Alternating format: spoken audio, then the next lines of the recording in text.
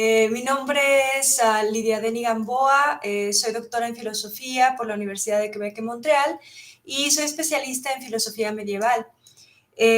Como especialista en filosofía medieval hago investigación particularmente sobre la epistemología, la filosofía de la mente, un poco de metafísica, de William of Ockham, Guillermo de Ockham, y su archienemigo, que fue Walter Chatton, y su mejor amigo, también alumno, que fue Adam of Woodham.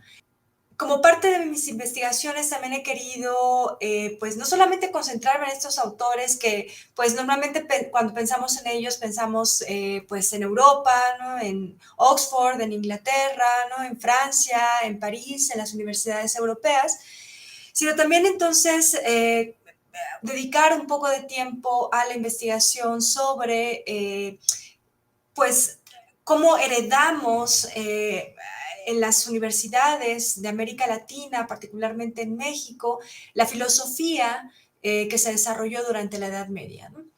Este es un trabajo de investigación que, por supuesto, involucra conocimientos muy especializados sobre filosofía medieval, y también pues especializados en latín, en metodología de la filosofía para hacer filosofía durante la escolástica. Y, y bueno, justamente el artículo que envié a la revista Protrepsis trata de indagar, comenzar a indagar y comenzar a divulgar sobre las investigaciones o los estudios que se hacían en el siglo XVI en México, en la Nueva España, en aquel entonces, del siglo XVI, dentro de la Universidad Real de México, pero también dentro de ciertos colegios y monasterios que existieron en Puebla y en la Ciudad de México en aquel siglo.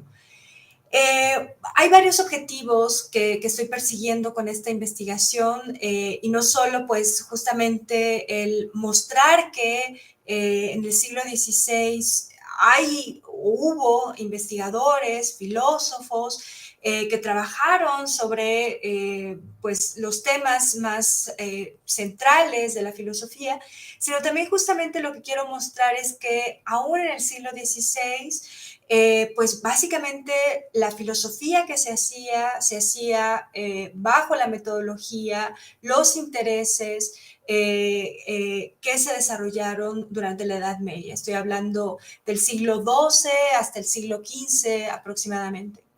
Hay autores, por ejemplo, y eso es una de las cosas que descubrí en esta investigación, hay autores que de pronto en el siglo XVI eran muy importantes y que desaparecen por completo de la historia de la filosofía, ¿no?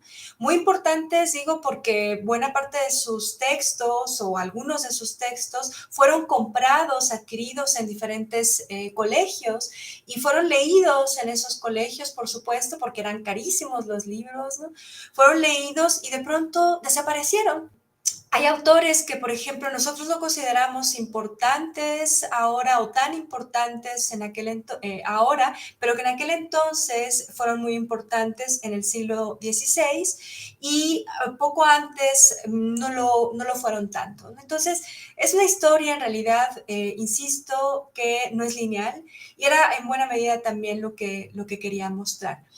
Otra de las cosas que quería mostrar o que quiero mostrar, de hecho todavía porque esta es una investigación viva, es justamente que la filosofía medieval pues no termina en el siglo XV, no termina en el siglo XIV, ¿no? Como normalmente se concibe, que está la Edad Media, luego el Renacimiento y luego la modernidad, ¿no?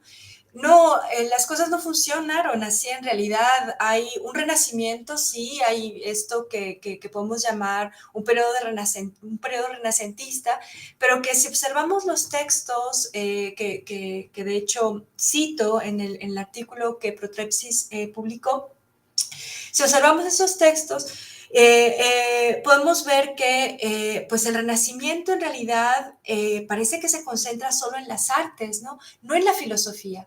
En realidad los textos que se ven en el artículo son de carácter medieval, están escritos con la tradición, con la metodología de la escolástica, ¿no? ¿Y esto qué quiere decir? Pues bueno, que buena parte de ellos están fundados en autores del siglo XI, del siglo XII o en Aristóteles, ¿no? Son comentarios a textos de Aristóteles, son textos cuadrivetales, como se le llaman, ¿no? Que surgen justamente de las metodologías pedagógicas que se desarrollaron durante la escolástica. Y entonces tenemos que aún en el siglo XVI hay escolástica, ¿no? Hay un ejercicio de análisis filosófico de carácter escolástico y conforme vaya siguiendo la investigación, que insisto, es viva, parece que voy a ir descubriendo, porque ya he empezado por ahí un poco, que en realidad estas metodologías persisten en el siglo XVII y aún en el siglo XVIII. En fin, entonces esos son los objetivos de la investigación en general y de este artículo que publicó Protrepsis.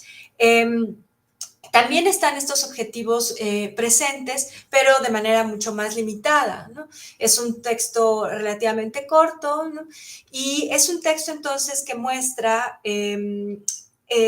cuáles son los autores exactamente que se leían en ciertos colegios, en ciertos monasterios durante el siglo XVI y principios del siglo XVII en Puebla y en la Ciudad de México, ¿no? La investigación consistió básicamente en acudir a las bibliotecas antiguas, el Fondo Antiguo de la Biblioteca Nacional de la Ciudad de México, utilizar todos los libros que fueron editados en el siglo XVI para fotografiarlos y revisar cuáles eran sus marcas de fuego. Las marcas de fuego son estos sellos que encontramos sobre todo en textos, libros editados en el siglo XVI, impresos en el siglo XVI o adquiridos en el siglo XVI y en el siglo XVII, ¿no? Y que justamente indican, estas marcas de fuego, indican por quiénes fueron comprados, a qué monasterio pertenecieron o a qué colegio pertenecieron. Curiosamente, lo que descubrí en la Ciudad de México fue que buena parte de los textos del siglo XVI, del siglo XVII, editados en el siglo XVI, en el siglo XVII, adquiridos en el siglo XVI o en el siglo XVII, fueron adquiridos precisamente en el convento de San Francisco. Casi no hay libros que hayan sido adquiridos en la Universidad Real de México. No sabemos dónde están, eso lo descubriremos conforme vayamos avanzando en esta investigación. Lo que descubrí justo también al hacer esa misma investigación, pero en la ciudad de Puebla, fue que buena parte de los textos que encontré también fueron parte de las bibliotecas del convento de San Francisco. La mitad prácticamente de todos los textos de carácter filosófico, estamos hablando solamente de textos filosóficos. Entonces, eso quiere decir que los franciscanos, tanto en la Ciudad de México como en la Ciudad de Puebla, en realidad estaban muy comprometidos con la educación pues, de los jóvenes, ¿no? O de las personas, tanto en Puebla como en la Ciudad de México. Entre las cosas también que descubrí justamente al clasificar estos textos es que, bueno, los franciscanos, en primer lugar, eran parece, los más interesados, ¿no? En educar en lo que tradicionalmente se hacía en Europa, ¿no? Es decir, en las artes liberales, ¿no? En educar a las personas adultas en artes liberales, ¿no? Parece que los franciscanos en realidad y en el Colegio de San Luis, por ejemplo, en el Colegio de San Juan, pues daban cursos que trataban sobre lógica. Justamente para hacer posible que los estudiantes entraran a la Universidad Real de México. Entonces, en realidad también lo que descubrí fue justamente que aquí en México, tanto como en Europa, se tenía la tradición o se empezó a a inculcar la tradición de formar estudiantes en colegios, monasterios, fuera de la universidad, formarlos en lógica propiamente o básicamente, ¿no? También en filosofía natural, sobre todo en el Colegio de San Juan, para que después ellos pudieran entrar a las universidades. Esto es lo mismo que se hacía en Europa durante la Edad Media. Y todavía, como podemos ver, se practicaba en el siglo XVI y muy probablemente también en el siglo XVII. Entonces, eso es lo que tenemos de esta investigación. Autores como, por ejemplo, Titelmans, que, bueno, ahora no sabemos nada de él o prácticamente no sabemos nada de él, ¿no? Pero que aquí era muy importante en la Ciudad de México y en la Ciudad de Puebla, ¿no? Tenemos varios libros de él editados en el siglo XVI y adquiridos en diferentes conventos y monasterios. Entonces sería interesante ahora pues ir a ese autor y ver por qué era tan interesante para los autores, los filósofos que estaban estudiando en el siglo XVI en diferentes colegios aquí en Puebla y en la Ciudad de México. Sería muy interesante también ver por qué, por ejemplo, autores que pues serán considerados como pues no aptos, ¿no?, para ser leídos, ¿no?, pues eran precisamente sobre los cuales escribían otros autores que fueron adquiridos, cuyos libros fueron adquiridos en algunos colegios aquí, ¿no? Me refiero, por ejemplo, a Olcott, ¿no?, que fue un autor que precisamente seguía la doctrina ocamista, ¿no? Y Ockham fue considerado, ¿no?, como un autor no apto para ser leído ni por los clérigos ni por los estudiantes dentro de las universidades, ¿no? Sin embargo, Olcott, los textos de Olcott fueron adquiridos tanto en Puebla como en la Ciudad de México.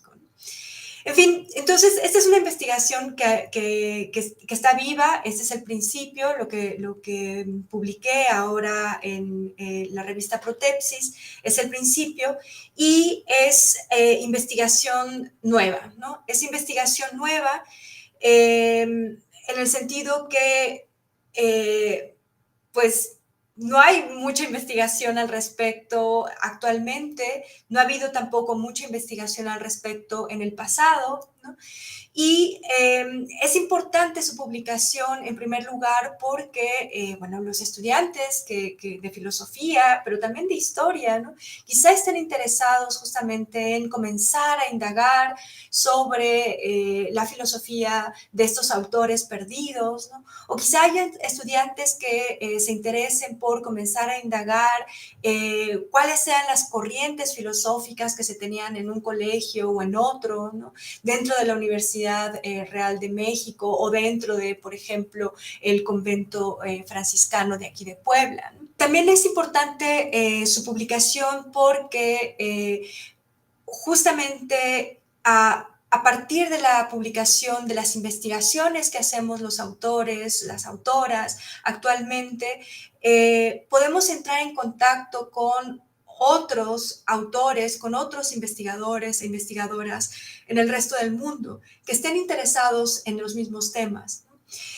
Si no son publicadas las investigaciones que estamos actualmente haciendo, pues difícilmente entonces nos van a leer otros investigadores, otras investigadoras, y difícilmente vamos a entrar en contacto y hacer redes de investigación y ampliar el conocimiento, por tanto, que tenemos sobre, por ejemplo, filosofía medieval o filosofía en México durante el siglo XVI y durante el siglo XVII. Entonces, básicamente por eso es tan importante publicar, es tan importante que exista revistas como Protrepsis, ¿no?, como otras revistas en México, que además pues ya han adquirido una importancia internacional, pues justamente la importancia recae en que si se publica, continúa el conocimiento. Estamos investigando, estamos trabajando y estamos publicando para seguir generando más conocimiento que es relevante para nosotros, por nuestra historia, ¿no?, pero también es relevante para la historia de la humanidad.